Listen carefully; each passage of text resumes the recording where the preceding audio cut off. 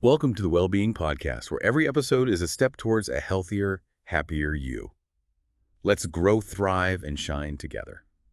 Today, we're taking a deep dive into something you've been curious about: the link between childhood experiences and sleep, especially for Gen X women.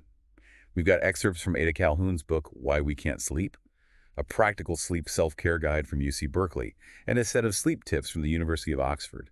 It's like a sleep puzzle with pieces from different decades. It's fascinating how our past experiences can shape our present well-being even in ways we might not realize. We'll be exploring how those Gen X childhoods with their unique pressures and societal shifts might be contributing to sleep difficulties today. Calhoun makes a compelling argument that Gen X women in particular were raised in this pressure cooker environment. They were told they could have it all, but the reality often involved tough choices and a nagging feeling of never quite measuring up. And this wasn't just some abstract idea, it played out in real lives.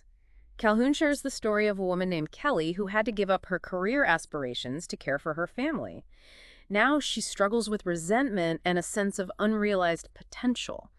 Do those feelings sound familiar at all? It's heartbreaking, right? Yeah. And it makes you wonder how many women are carrying that burden.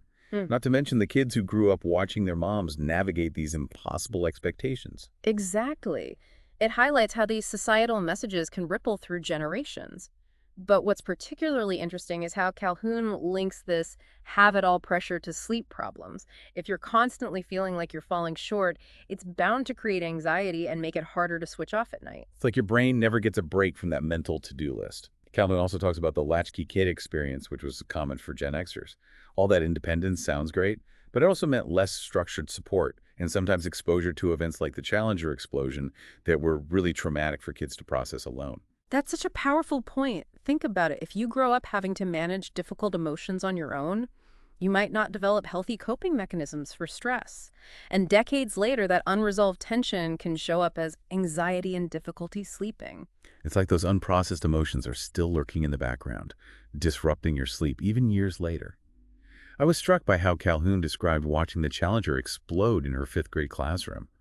The adults were just as shocked and didn't really know how to guide the kids through that experience. It's a stark contrast to how we approach things today. Now there's so much more awareness about mental health and the importance of helping children process their emotions. Back then, it was more like, stiff upper lip, keep going. Which, in a way, is part of what makes Gen X, well, Gen X. But maybe that stoicism came at a price.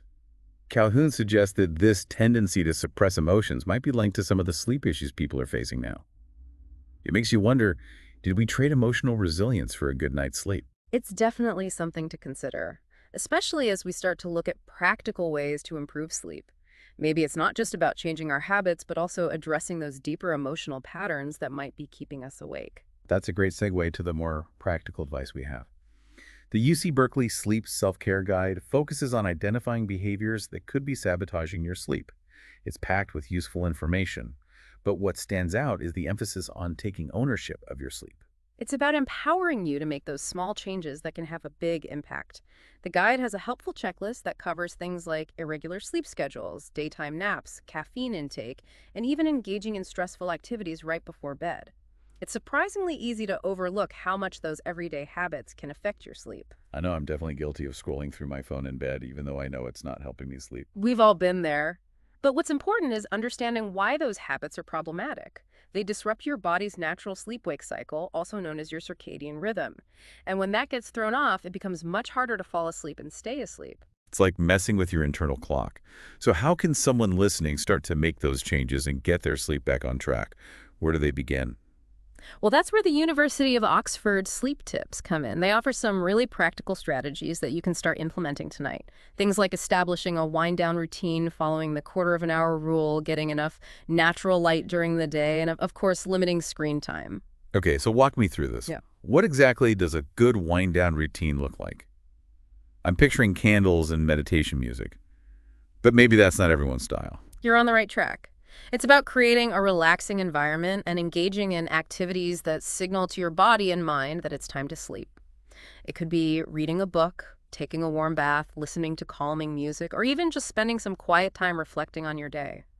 The key is to find what works for you and make it a consistent part of your evening routine. I'm intrigued by this quarter-of-an-hour rule. What's that all about? It's a simple but effective technique for breaking the cycle of lying awake in bed, getting increasingly frustrated. If you're not asleep after 15 minutes, get out of bed and do something relaxing until you feel tired again. It's about disconnecting the bed from wakefulness and anxiety. So you're basically retraining your brain to associate the bed with sleep, not with tossing and turning and worrying about everything under the sun. Precisely. And speaking of retraining, your brain getting enough natural light during the day is crucial for regulating your circadian rhythm. That means getting outside, even for a short walk, and exposing yourself to sunlight, especially in the morning. That's a tough one for people who work long hours or live in places with limited daylight during certain times of the year.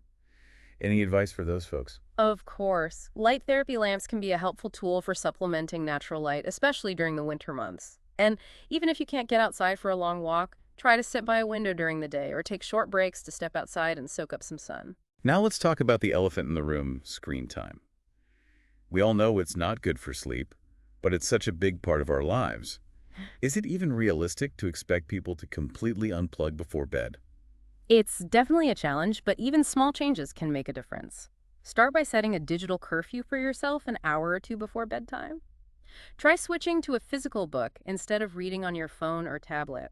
And consider using blue light filters on your devices to minimize the impact of that sleep-disrupting blue light. I've heard about those blue light filters, but do they actually work? They can help reduce the amount of blue light that reaches your eyes, which can be beneficial for melatonin production. It's not a perfect solution, but it's a step in the right direction. It's amazing how all these practical tips seem to tie back to those bigger themes Calhoun was discussing about Gen X experiences.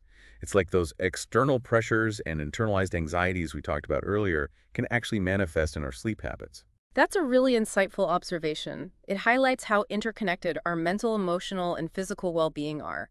When we're stressed or anxious, it often shows up in our sleep. So it's not just about following these sleep tips in isolation, but also about addressing those underlying factors that might be contributing to sleep difficulties, like stress management, emotional regulation, and seeking support when needed. Exactly. It's a holistic approach. And remember, sleep isn't a luxury. It's essential for our physical and mental health.